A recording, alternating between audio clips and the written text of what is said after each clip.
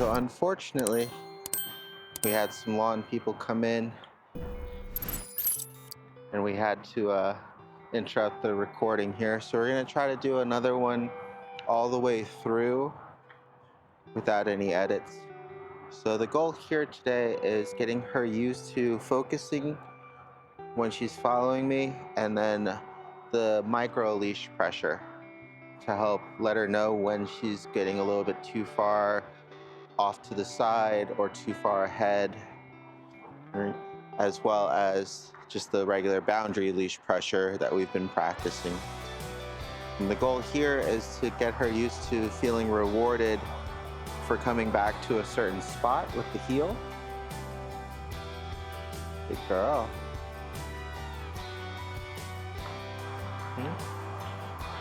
Using her name. And with heel, it's going to be a combination of both her focus on me as well as her position in space. I'm just going to practice her just trying to stay with me here. So there's a little bit of leash pressure. So a little interested in the cone. Just got the smells there. Now I'm going to keep walking, and that's going to cause her to get that pressure. Let her know that I'm going further away from her. Yes, good girl. Very good, yes. Yes, good. So now that we have her focus, go ahead and reward that. Yes, good girl.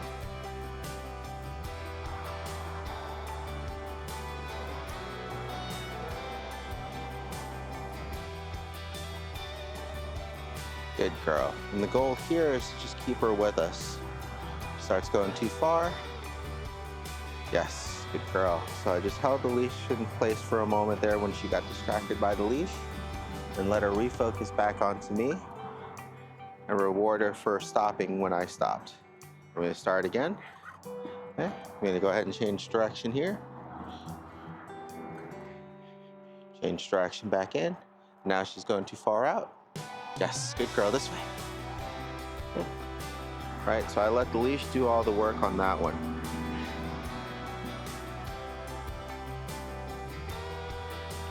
Breaking up the treats into smaller pieces.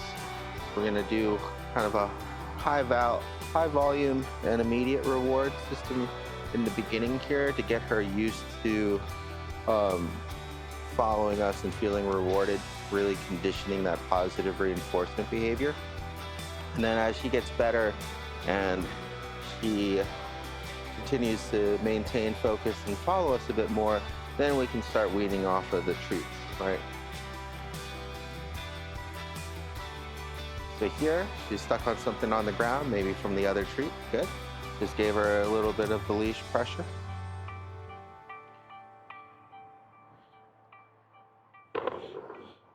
Yeah, we accidentally hit the cone there and it startled her. It's okay. Good, good girl. Okay.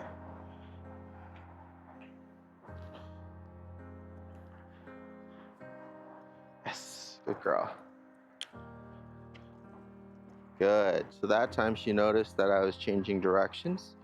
And this will be the good part about keeping her close in this heel position or being in front or beside her, because then it just makes it easier for her to recognize what you're doing and where you're going. Yes, good girl. Good. She saw there that I was stopping. She was able to kind of pause herself and redirect her focus, which is perfect. Okay, good girl. And go back again. Okay. And she's getting distracted by things like leaves in the wind, but that's fine. Gonna give her some gentle pressure here.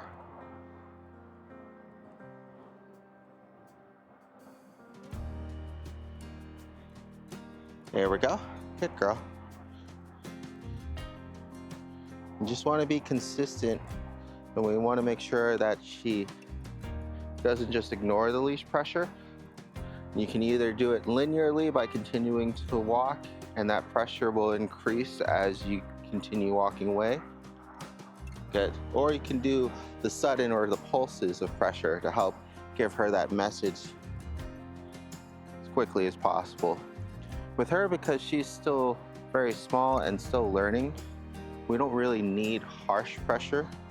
by any means. We just need the pressure to make enough of an impact that it helps to get her attention and it helps her to refocus.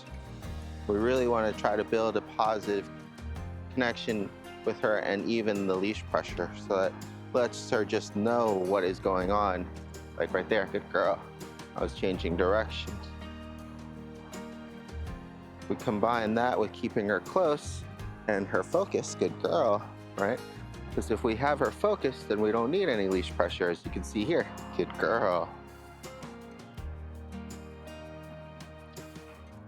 Yes, good girl, good job. And for this next exercise here, we're gonna be working on just some starting and stopping. If we need to, we'll use the leash pressure to help her out, but the goal is for her to just be paying close enough attention to us that she just recognizes when we start and when we stop, right? So she's distracted right now. I start moving, she sees, yes, good girl, and I stop. Yes, good girl. Okay. Once again, wait for her to finish. I start moving, she sees, change direction. Nice, she's paying attention, good, and I stop. Good girl, right? Because she's paying close attention to me and she's able to see me and she's facing me, it's a lot easier for her to be able to do the right thing without any leash pressure. It's usually when she starts going a little bit either in front or gets too distracted by something and she's focused on something else, where having that leash pressure comes into play, like right there, right? Just a little bit and then it's loose again. We want it to stay loose as much as possible so that way when we need it, yes, good girl, it's there as a communication device. Right? It's a lot easier for her to get that message if the leash isn't always tight. That's going to be easier said than done for most pups, especially with her when she gets really excited and sees people out and about. So it's going to be a combination of this kind of discipline training and practice and conditioning combined with her going out and about and socializing, so that way she gets desensitized a little bit to being out in those places and seeing people. And then once she gets desensitized through consistency, we teach her that she has to wait instead of just going up to somebody. She connects the two things, and then the reward at that point will be actually being able to either release her to go greet them, or probably even better, because she has jumping behaviors, having them come into our space or into her space when she's already nice and calm and focused on us. Good girl.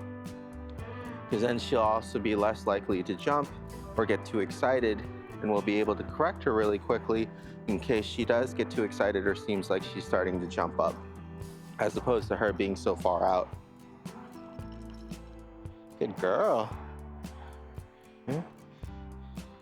So now I'm just combining all the exercises, changing direction.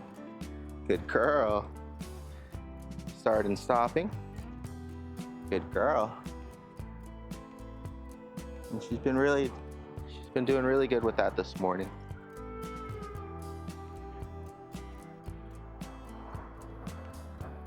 We want to try to get as much practice in and then warm up. Good girl.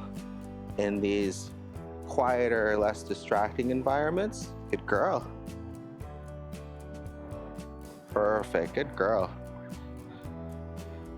And then start implementing these practices in more distracting, exciting places for her to have to work through. Girl. Good job.